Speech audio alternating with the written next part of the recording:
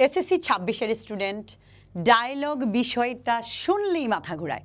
মাত্র ৫টি ডায়লগের কথা বলবো, ইনশাল্লাহ এখান থেকে একটি কমন পাবে। আমাদের সাজেশন তো জানোই কতটা আন্তরিকতার সাথে এবং কতটা আস্থা এবং ভরসা নিয়ে আমাদের সাজেশন ফলো করা যায়। তো চলো আমি তোমাকে বলি কোন ৫টি ডায়লগ।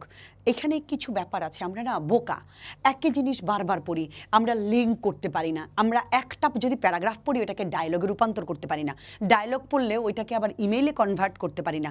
অথবা ধরো তুমি বুক ফেয়ার পড়েছো কোনো কারণে, তোমার এরকম একটা ব্যাপার আসলো, এখন এটা যদি তোমাকে ইন্টারন্যাশনাল মাদার ল্যাঙ্গুয়েজ ডে অথবা তোমাকে যদি বলে ধরো 21 ফেব্রুয়ারি এরকম আসলে তুমি যে এগুলোর সাথে একসাথে অ্যাটাচ করতে পারো এটাই তুমি বোঝো না। আজকে আমি তোমাকে বলবো কিভাবে তুমি একটা আসলে আরেকটা লিখবে, এই 5টির মাধ্যমেই তুমি কমপ্লিট করতে পারবা। চলো দেখাই, আর দেরি কেন করছি। আর হ্যাঁ, আমাদের কোর্সে তো বাংলা দ্বিতীয় পত্রর সাজেশন, এবং যারা মানে কয়েক ঘন্টার জন্য সাজেশনটা কিনেছিল তারাও জাস্ট ফাটিয়ে দিয়ে আসছে। সাজেশন কোনোভাবেই মিস করো না।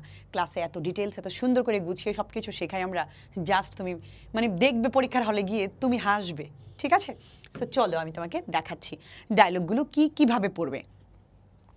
একদম প্রথম যে ডায়লগ সেটা পড়বে তুমি ইউজেস অ্যান্ড অ্যাবিউজেস অথবা ম্যারিটস অ্যান্ড ডিমেরিটস। যেভাবেই হোক, ইউজ অ্যাবিউজ অর্থাৎ ভালো দিক খারাপ দিক, উপকার অপকার, ডিমেরিট ম্যারিট একই কথা, এটাও থাকতে পারে এটাও থাকতে পারে। এটা হইতে পারে তোমার সোশ্যাল মিডিয়ার ভালো দিক বা খারাপ দিক, আবার তোমাকে বলতে পারে মোবাইল ফোন ব্যবহারের ভালো দিক খারাপ দিক, ফেসবুক ব্যবহারের ভালো দিক খারাপ দিক, স্টোরি বুক পড়ার ভালো দিক খারাপ দিক। দুইটা যেইটাই আসুক এই চারটা একই প্যাটার্নে একই সিস্টেমে তুমি লিখতে পারবা। কারণ ফেসবুক বলি, সোশ্যাল মিডিয়া বলি, মোবাইল ফোন বলি, এগুলো সব একই ধরনের একই রকম, এগুলোর অপকারী দিকও আছে এগুলোর উপকারী দিকও আছে। সো তুমি একটা পড়লেই চারটা দিয়ে একটা হয়ে যাচ্ছে তোমার। ঠিক আছে, একটা প্যাটার্ন বা type. Type 2, importance of reading news paper, importance of learning English, importance of learning computer. যেটাই বলুক না কেন অথবা তোমাকে ইমপ্রুভ ইংলিশ যেটাই বলুক একই। কেন? কারণ পত্রিকা পড়লে আমাদের জ্ঞান বাড়ে, পত্রিকা পড়লে আমরা অনেক কিছু জানতে পারি অজানাকে, কম্পিউটার শিখলে আমরা অজানাকে জানতে পারি, কম্পিউটার মাধ্যমে ভালো একটা জব পাওয়ার একটা সম্ভাবনা থাকে, অনেক কিছু জানা যায় এখান থেকে নতুন কোনো বিষয়কে। সেম লার্নিং ইংলিশ, ইংরেজি জানলে তোমার অনেক দুয়ার খুলে যাবে, অনেক জায়গায় চাকরি পাবে, অনেক জব পাবে। তুমি যদি এগুলো প্যারাগ্রাফও পড়ে থাকো সেটাও তুমি পারবা দিতে। সো এই বিষয়গুলি কাছাকাছি, আমরা এগুলো একটা দিয়ে অনেকগুলো লিখতে পারবো আমরা। দ্বিতীয় যেটা, ভয় পাওয়ার কিছু নেই, একটা মানে এগুলো যেটাই আসুক তুমি সবগুলো পারবা, ওই প্যাটার্নে ওই সিস্টেমই তোমাকে পড়তে হবে। আরেকটা যেটা, হাউ টু ব্রিলিয়ান্ট রেজাল্ট, কিভাবে ভালো ফলাফল করা যায়, অথবা preparation for the coming examination. Coming exam অথবা how to brilliant result, coming exam বলি অথবা প্রিপারেশন বলি অথবা আপকামিং বলি, হাউ টু ব্রিলিয়ান্ট বলি, একই কথা। সামনে যে পরীক্ষা আসতেছে ওইটা তুমি কিভাবে ভালো করবে, যেমন তোমার পরীক্ষা ধরো রবিবারে, তুমি এটা কেমনে ভালো করবা। সো এটা আর এটা একই কথা। আরেকটা যেটা আফটার প্ল্যানিং, একটা হচ্ছে আগে রেজাল্ট মানে কেমনভাবে পড়াশোনা করবা, আর আরেকটা হচ্ছে আফটার প্ল্যানিং এসএসসি এক্সাম অথবা how to spend time after SSC exam. যাই বলি, কিভাবে তুমি পরীক্ষার পরে সময়টা কিভাবে কাটাইবা ওইটা নিয়ে একটা প্ল্যান। আমি তোমাকে একটা টেকনিক শিখাই দিই, এই যে আফটার প্ল্যানিং এসএসসি এক্সাম, এইটা তুমি বলতে পারো আমি কম্পিউটার শিখবো, তুমি বলতে পারো আমি ইংলিশ শিখবো, তার মানে এইটা পড়লেই কিন্তু এটা হয়ে যাচ্ছে, অর্থাৎ এইটার মধ্যে এটা 2-3টা লাইন পরে এটা ঢুকাই দিলেই কিন্তু হয়ে যায়।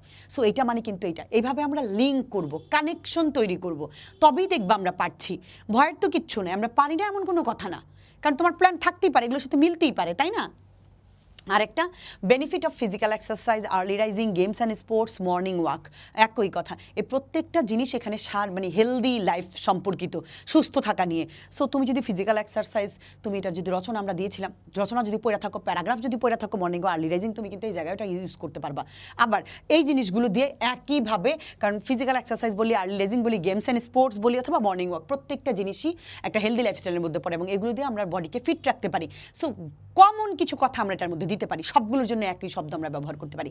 সো এই 5টা যদি তুমি পড়ো, ইনশাল্লাহ রিলেট করে যদি পড়তে পারো, এই 5টা তোমার হয়ে যাবে। যেটাই আসুক, ওই ধরো আর্লি রাইজিং আসলো না, গেমস অ্যান্ড স্পোর্টস আসলো, আরে বাবা তো কি হয়েছে, জিনিসটা তো সেই একই, আমরা তো জানি, তাই না? অথবা আমার ফিজিক্যাল এক্সারসাইজ আসলো, physical exercise games and sports কি এটার অংশ না? মর্নিং ওয়াক কি এটার অংশ না?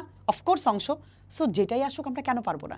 আরেকটা ব্যাপার যেটা, আর দুইটা আমি দিয়েছি, আরেকটা একটা হচ্ছে হ্যাঁ, ব্যাড ইফেক্ট অফ স্মোকিং অথবা ড্রাগ এডিকশন অথবা মোরাল ডিগ্রেডেশন অথবা ফুড অ্যাডাল্টারেশন।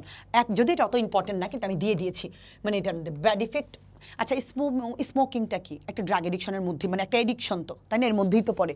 মোরাল ডিগ্রেডেশন মানে কি? নৈতিক অবক্ষয় কেন হয়? এই বিভিন্ন স্মোকিং বলি বা ড্রাগ এডিকশন বলি, এর কারণেই তো নৈতিক অবক্ষয় হয়। এই কারণেই তো মানুষ বিভিন্ন নেশায় আক্রান্ত হয়।